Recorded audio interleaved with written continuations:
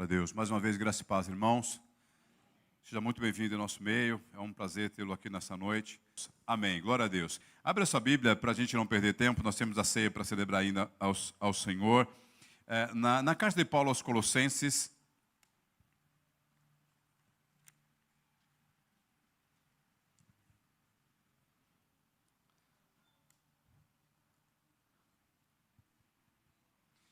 a gente também está, se Deus quiser, Deus vai nos dar a honra e também vai nos dar o privilégio.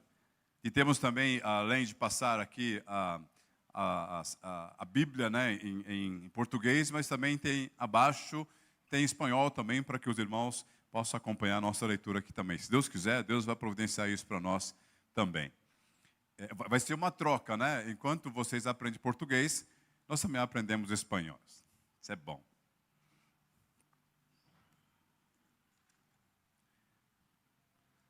Irmãos, acharam? Amém? Você que achou, diga amém. Glória a Deus. De repente você não achou ainda, ou se você não trouxe Bíblia, mas tenho certeza que você trouxe o seu celular. Se você achou também, diga amém. Parece que não acharam ainda. É capítulo 1 da carta aos Colossenses, capítulo 1. Desculpa. Perdoe-me.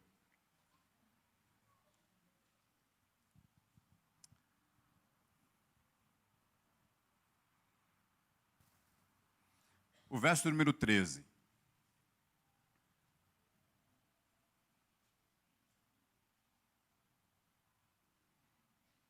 Que diz assim: Ele nos libertou do império das trevas e nos transportou para o reino do Filho do seu amor. Ele nos libertou do império das trevas e nos transportou para o reino do Filho do seu amor. Obrigado, meu irmão. Você vai receber o galardão no céu, tá? Por esse copinho de água aí. Glória a Deus. Amém. Irmãos, a carta de Paulo aos Colossenses, diz alguns estudiosos, que é a carta mais profunda que Paulo já escreveu. Romanos é maravilhoso, aos Coríntios é realmente tremendo, aos Gálatas nem se fala, aos Efésios tremendo. Mas a carta mais profunda do apóstolo Paulo foi aos Colossenses. Mas por que as pessoas dizem que a carta aos Colossenses é a carta mais profunda, espiritualmente falando? Que Paulo está tentando combater, ou está combatendo espíritos escondidos, além dos olhos dos seres humanos, que estava atuando nessa igreja de uma maneira tão terrível. E a gente, mas como assim? Como é que os espíritos, os demônios atuam na igreja? Com falsos ensinamentos, nós vamos ver isso, com falsas doutrinas, trazendo uma outra coisa para substituir Jesus. Paulo estava preso. Paulo não foi o fundador da igreja aos Colossenses. Quem fundou essa igreja foi um homem chamado Epáfras, que recebeu a orientação de Paulo quando Paulo esteve no ministério lá em Éfeso por 3 anos. E ele foi um dos fundadores da igreja em Colossenses, como também a igreja de Laodiceia e a igreja de Hierápolis, que eram 3 cidades muito próximas. Então, esse cara começou, esse irmão, ele começou essa igreja, ensinou tudo que era correto, tudo que era certo. Se você tiver o tempo de ler o capítulo 1 e o verso do 1 até o 13, você vai ver que Paulo faz um elogio a essa igreja por 3 coisas importantes que ele também elogiou a igreja de Coríntios. Lá havia fé, lá havia esperança e lá também havia amor. Mas Paulo, preso, recebe a Epáfras na prisão. E ele foi pedir ajuda a Paulo para combater espíritos diagnósticos, ou espírito agnosticismo, ou espíritos que vinham ensinar uma outra coisa além daquilo que ele tem ensinado. E ele não sabia o que fazer. Como é que eu vou libertar esse povo desses espíritos, desses demônios, que as pessoas estão começando até a adorar demônios na igreja? E Paulo escreve essa carta para combater. E aí eu tenho algumas coisas para ler para vocês aqui. Paulo estava preso em Roma, e ele escreve a carta, e pediu que, além de ler essa carta em Colossenses, deveria também ser lida na igreja de Laodiceia, e na igreja de Irápolis. Um dos pastores dessa igreja era Filemão.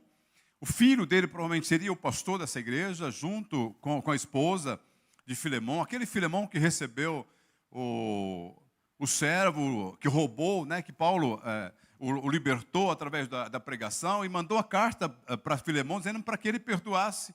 Porque Onésimo, a palavra Onésimo, não é uma pessoa muito útil. Se para você não for útil, para mim é muito útil. Então, Paulo escreve a carta para que Filemão recebesse Onésimo. E ele era um dos pastores, um dirigente dessa igreja de Colossenses. Pois bem, Paulo escreveu a carta aos Colossenses para combater um falso ensinamento conhecido como a heresia de Colossos, que insistia numa combinação atraente de práticas legalistas, promessas místicas, rituais ascéticos e conhecimento agnósticos. Seus defensores ensinavam que a salvação era alcançada mediante o conhecimento secreto que não fora revelado nem mesmo aos apóstolos originais, do que eles e os mestres agnósticos eram guardiões. Os homens estavam submetidos a um poder fatal, férreo, pela influência dos astros. E aí ele vai falar sobre as astrologias, pretendia brindar os homens com conhecimento secreto, que os livraria da sua escravidão e os espíritos elementares do mundo. É mais provável que os falsos professores de Colossenses estivessem ensinando a necessidade de algo mais do que Jesus. Jesus não era suficiente para libertar as pessoas daqueles espíritos. Eles deveriam acrescentar mais uma coisa. Irmãos, isso também não está diferente das nossas igrejas nos últimos tempos.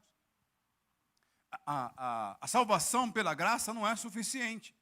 As igrejas colocam outras coisas para que os crentes façam, porque a salvação pela graça está muito de graça. Você tem que fazer alguma outra coisa, começa a inventar muita coisa. Começa a inventar doutrinas, que a Bíblia chama isso doutrina de homem. Colocam coisas que o homem não poder encarregar. Coloca peso sobre a consciência daqueles que já saíram de uma escravidão, chega na igreja, acaba recebendo também outra escravidão.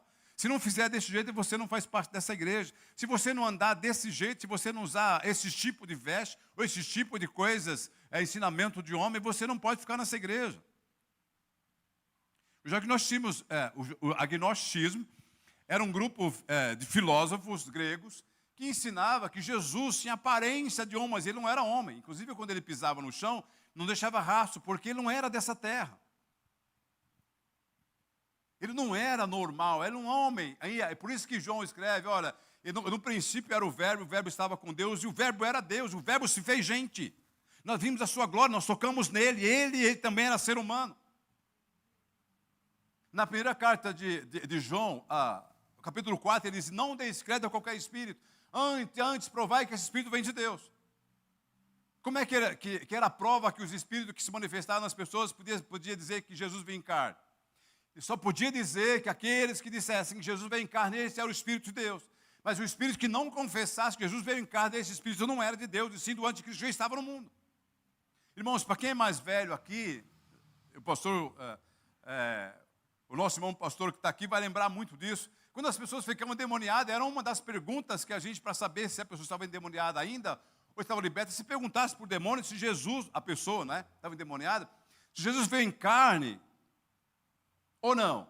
Se o demônio dissesse que Jesus não veio em carne, então a pessoa continuava ainda endemoniada, era obrigada a você expulsar o demônio dela. Mas quando ela confessava que Jesus veio em carne, é porque ela estava liberta. Só que Satanás trabalha com estratégia. Hoje o demônio confessa que Jesus veio em carne. Já falei algumas vezes para vocês aqui da libertação, do curso de libertação que eu tive, onde que o irmão dizia, há demônios na igreja.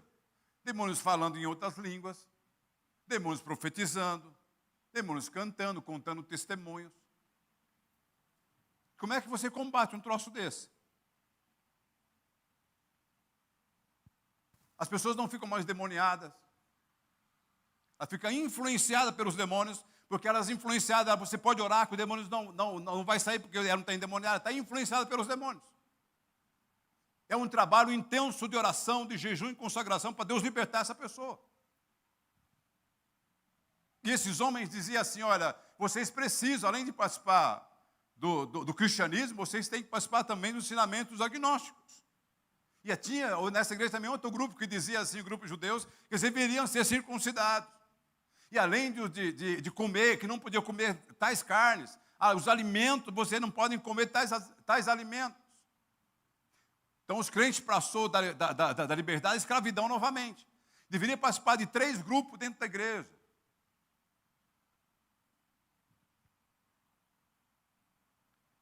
E eu quero aqui adiantar, para a gente não... Eu tenho muita coisa para falar. A heresia dava pelo certo um lugar oculto aos anjos. Eles adoravam anjos. Ele insistia para que a igreja começasse a adorar anjos. Não está diferente do nosso também não, do nosso tempo não. Quando se dizia assim, hoje não está tanto, né? Mas antigamente, quando a gente cantava, tem anjo voando nesse lugar, meu irmão. Se dissesse assim, Deus está nesse lugar, glória a Deus. Mas se alguém começasse a cantar, tem anjo voando nesse lugar, misericórdia. As pessoas saltavam, se vê na hora de pular, as portas, gritavam, porque tem anjo nesse lugar. Deus está nesse lugar. Não é anjo a quem nós adoramos a Jesus que nos libertou da escravidão do pecado e nos transportou para o reino da sua luz. É dele, é para ele que nós devemos adorar, e não a anjos.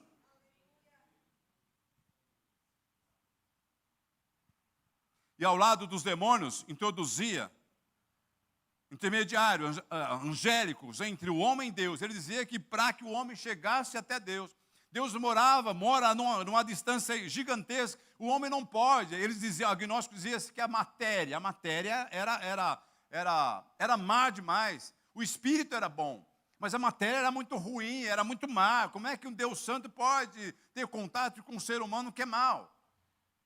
E João disse, você está errado, vocês estão errados. Nós vimos Deus encarnado, Ele habitou entre nós, vimos a sua glória, nós tocamos nele. E tem uma coisa aqui que é muito interessante desse texto que Paulo escreve. Paulo faz elogio à igreja. Mas tem alguma coisa que Paulo precisa consertar. Paulo precisa lembrar a igreja quando ela aceitou Jesus, as pessoas que aceitaram Jesus como Salvador das suas vidas. E a palavra aqui, transportar, tem um texto, tem uma tradução que chama transladar, trasladado, ou mudança de um lado para outro. A palavra trasladar, esse verbo é grego que tem o uso particular. Olha que coisa interessante. No mundo antigo, quando o império obtinha a vitória sobre o outro, havia o costume de trasladar inteiramente a população do vencido a outro país. Essa transferência é realizada por Deus. Não é só um trasladado, mas também é um resgate com todas as notas, características que eu vou falar para você. Essa transformação que Deus nos tirou do reino das trevas e nos transportou para o reino de luz, nos deu a vitória que nenhuma condenação há para o que está em Cristo Jesus. Satanás não pode mais nos tocar, porque aonde que nós estamos agora, Satanás não tem mais acesso à nossa vida, porque nós fomos transladados, transportados para o reino da luz. Eu estava lendo aqui, me lembrei da escravidão das pessoas, irmãos, que muitas vezes não têm Jesus, mas que vivem dentro de uma escravidão que ela acha que não é escravidão. Ela só vai perceber que é uma escravidão quando ela conhece Jesus. Eu lembro da minha irmã mais velha, que ela, não só ela, mas a família inteira gostava de jogar no bicho, né? E as pessoas tinham muita consciência que se ela ficasse, amarrasse o bicho, ela ficava jogando aquele bicho por vários dias, e chama de amarrar o bicho. E todo dia ela aumentava os valores. A minha tia gostava muito de fazer isso. E quando acertava, ganhava um bom dinheiro, né? Mas o que ela já tinha perdido, não tinha como compensar. Eu lembro que a minha irmã ficava presa para jogar no bicho. Ela pegava um copo de água. Não quero que você faça isso, essa experiência em casa. Por favor. Não quero que você faça essa experiência em casa. É uma curiosidade, talvez desperte em você essa experiência. E eu era pequeno, ela me chamava para eu olhar que bicho que era aquele que formava da fumaça do fósforo. Ela pegava um copinho de água, não sei se tem aqui alguém do Nordeste que já fez isso. Eu sei que você fez, mas tudo bem, não precisa se manifestar aqui. Ela pegava um copo de água e pegava um fósforo, riscava o fósforo, jogava na água, formava-se por causa da fumaça, criava-se uma imagem. E ela ficava com aquele tempo olhando, tentando saber que bicho que era aquele. E me chamava, dá uma olhada aqui, eu olhava, não via nada, assim, ela dizia, ó, tá com cara de cachorro. E eu olhava, não tem cachorro aí. É cachorro. Aí vai passando o tempo, aquela fumaça vai saindo, vai mudando, né? Não, agora está mudando, agora está com cara de jacaré. Todo dia ela fazia isso. Todo dia ela fazia isso para jogar no bicho. E ela jogava nos dois desenhos que ela via, que era o jacaré e o cachorro, dava touro. Mas no outro dia ela ia fazer de novo. Ficava na escravidão. Para jogar numa coisa que não tem resultado. Lembra, outro dia eu falei aqui que crente não tem sorte. Não é, André? Crente não tem sorte. Quem tem sorte é pai de santo que mente e tem alguém que ainda acredita neles. Crente não tem sorte. Crente tem Jesus. Crente tem Deus na vida. Nós não fazemos sorte para as nossas vidas. E a primeira característica aqui do trasladado, que Paulo está falando à igreja, é o trasladado das trevas para a luz. O Senhor nos tirou das trevas, onde nós não podíamos enxergar a nossa vida, ou que não tinha expectativa, não tinha esperança. Estava com medo até de passar debaixo de uma escada. Tem crente que ainda está com esse medo. Tem alguém que tem medo de passar debaixo da escada aqui? Tem, eu sei que tem. Tem crente que tem medo de passar debaixo de uma escada. Se vê um gato preto, misericórdia, o São Jesus tem poder, começa a fazer uma oração. Deus já arrancou você desse lugar. Deus já transportou você desse lugar das trevas. Irmãos, olhe por mim, porque eu fiquei sabendo que colocaram meu nome lá na boca de um sapo. Deixa colocar, o sapo talvez vai morrer, porque o meu nome é feio. Deixa, irmãos, essas coisas não podem mais acontecer, essas coisas não podem mais colocar medo em nós, porque nós não estamos mais sob o reino das trevas, nós agora estamos no reino da luz, protegido pelo Deus que fez os céus e a terra.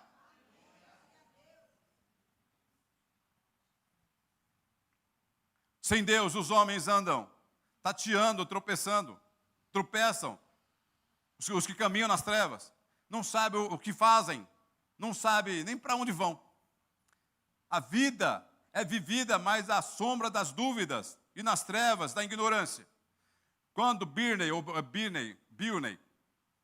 o mártir, leu que Jesus quis veio ao mundo para salvar os pecadores, disse que era como a aurora que rompe as trevas da noite.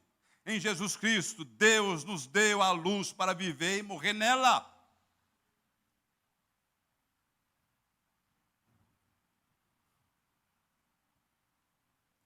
Um homem que era músico, o salmista, o rei Davi, ele profetiza. Ele não era profeta, mas ele tem o Espírito Santo de Deus para poder profetizar a respeito de Jesus. Em 2 Samuel, capítulo 23, 4. Ele será como um sol que nasce no arraiado dia, num sol sem nuvem. Aquela sensação de alegria, ele vai trazer essa sensação de paz. Ele, quando virá, vai trazer essa sensação de segurança, de paz. Será como o sol quando nasce no amanhã sem nuvem. A segunda característica aqui do trasladado significa o trasladado da escravidão para a liberdade. A Bíblia diz que não há mais encantamento sobre a sua vida e sobre a minha vida. Nenhuma ferramenta preparada para aqueles que esperam em Deus, ela prospera. Você precisa tomar posse dessa bênção. Irmãos, mas fizeram trabalho na cachoeira para mim. Jesus já levou na cruz as suas maldições. Ele já carregou na cruz as suas maldições.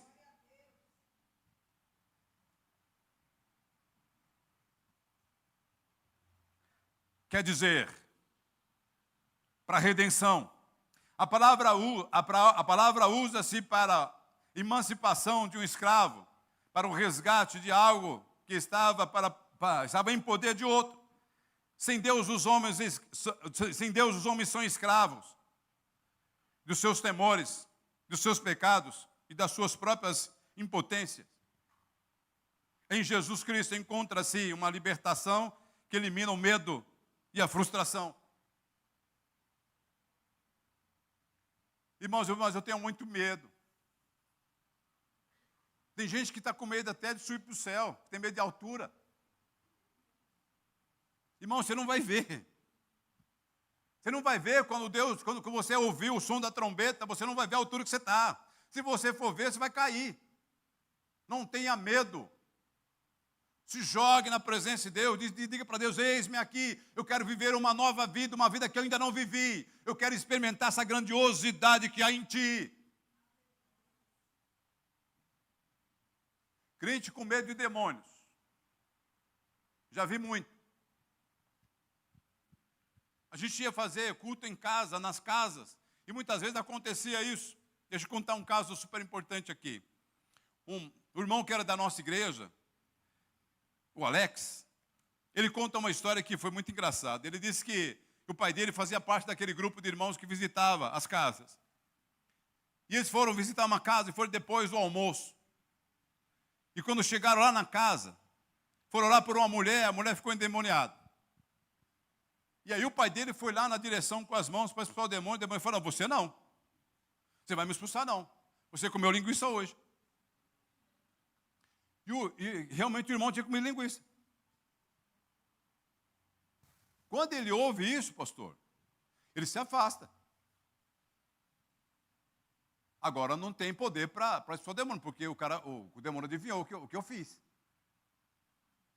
Não conseguiu expulsar. Teve que ir outra pessoa para expulsar. Se eu comer linguiça, o problema é eu.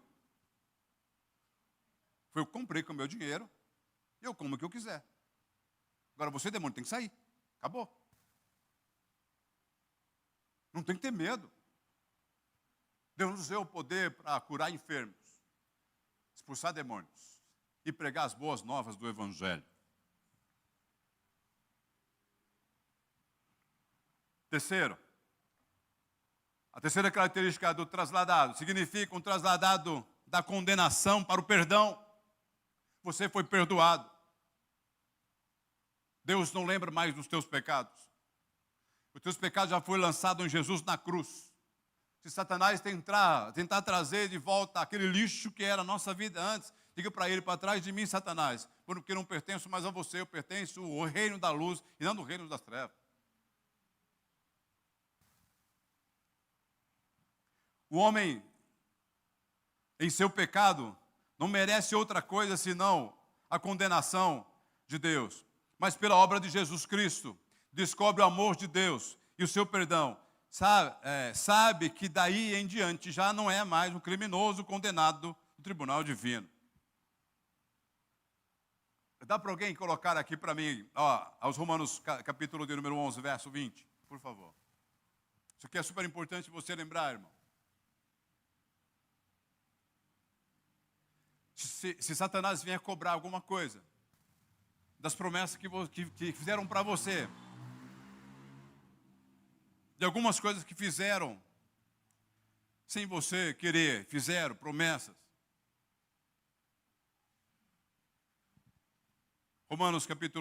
Carta de Paulo aos Romanos, capítulo 11, verso número 20, por favor.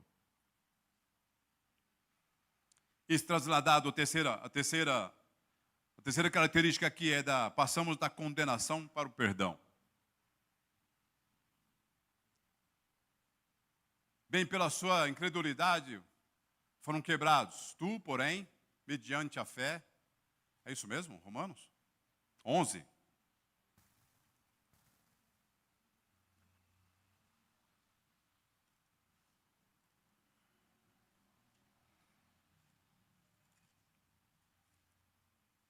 Veja o 21.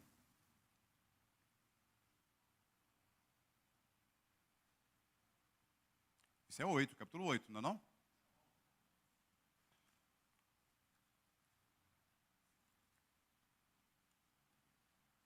Desculpa, é capítulo 5, desculpa. 5:20.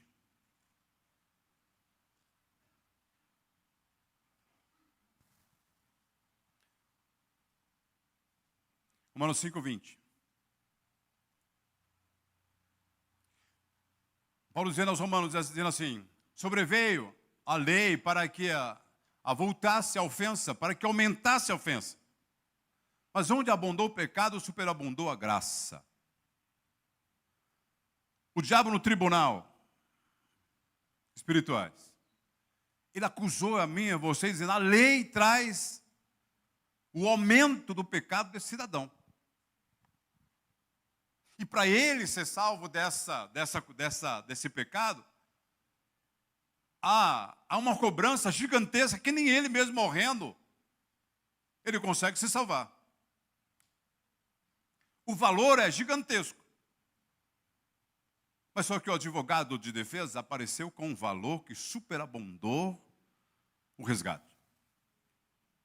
Aonde abundou o pecado, superabundou a graça. Foi essa abundância de graça que nos transportou do reino das trevas para o reino da luz do Filho do seu amor. Foi dessa abundância de graça que Jesus morreu para salvar a mim e a você. Por isso que Paulo diz, nenhuma condenação há para o que está em Cristo Jesus, nosso Senhor. A quarta característica para a gente ministrar a ceia. Significa trasladar do poder de Satanás ao poder de Deus. Vivíamos sob o poder de Satanás. Fomos trasladados para o poder de Deus. Agora quem reina sobre a minha vida e sobre a sua não é mais Satanás, é Deus. Satanás não tem mais poder sobre as nossas vidas, e sim Deus. Paulo vai chamar isso de penhor do Espírito. O penhor é um pagamento adiantado. Quando se fazia negócio, pagava-se um valor adiantado. E não podia mais desfazer do negócio. Jesus pagou adiantado e não tem como mais desfazer do negócio. Eu disse lá na congregação, sabe daquela historinha lá, que a gente muitas vezes fala, não adianta chorar depois do leite derramado. Não adianta mais cobrar alguma coisa depois do leite derramado. Nós podemos ter a ousadia de dizer nessa noite, pela ceia, Satanás, não adianta chorar mais. O sangue foi derramado. O sangue para salvar a minha vida já foi derramado, não tem como mais desfazer. Por mais que Satanás queira mudar, não tem como mais mudar.